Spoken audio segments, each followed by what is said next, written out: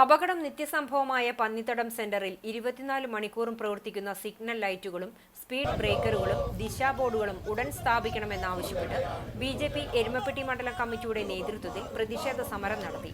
പന്നിത്തടം സെന്ററിൽ നടന്ന സമരം നോർത്ത് ജില്ലാ ജനറൽ സെക്രട്ടറി വിപിൻ കൂടിയെടുത്ത് ഉദ്ഘാടനം ചെയ്തു. മണ്ഡലം ജനറൽ സെക്രട്ടറി വി.എം. സുരേന്ദ്രൻ അധ്യക്ഷനായി.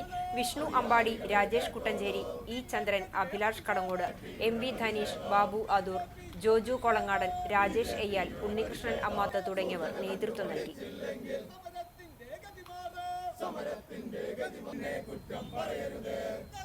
കേരളത്തിലെ റോഡുകളിൽ കഴിഞ്ഞ ഒരു മാസക്കാലം കൊണ്ട് നൂറുകണക്കിന് ആളുകളാണ് കേരളത്തിന്റെ പൊതു റോഡുകളിൽ പിടഞ്ഞു വീണ് മരിച്ചത്.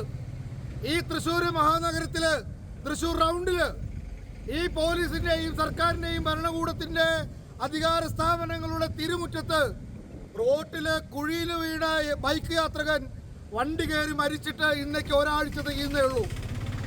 ആർക്കാണ് ഇവിടെ സംരക്ഷണം കൊടുക്കാൻ ഈ സർക്കാർ സാധിക്കുന്നത്?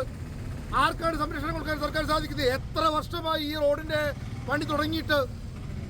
4 വർഷത്തിലധികമായി ഒരു 20 കിലോമീറ്റർ റോഡ് പണിയാൻ കേരളത്തിലെടുക്കുന്നു. നരേന്ദ്രമോദി സർക്കാർ ഒരു ദിവസം 100 കണക്കിന് കിലോമീറ്റർ ഹൈവേ പണിയുന്ന സമയത്താണ് ഇവിടെ 20 കിലോമീറ്റർ ദൂരമുള്ളൊരു റോഡ് പണിത് പൂർത്തിയാക്കാൻ 4 വർഷത്തിലധികം സമയമെടുത്തത്. എത്ര ആക്സിഡന്റുകൾ ഈ റോട്ടിൽ കഴിഞ്ഞ ദിവസങ്ങളിൽ ഉണ്ടായി?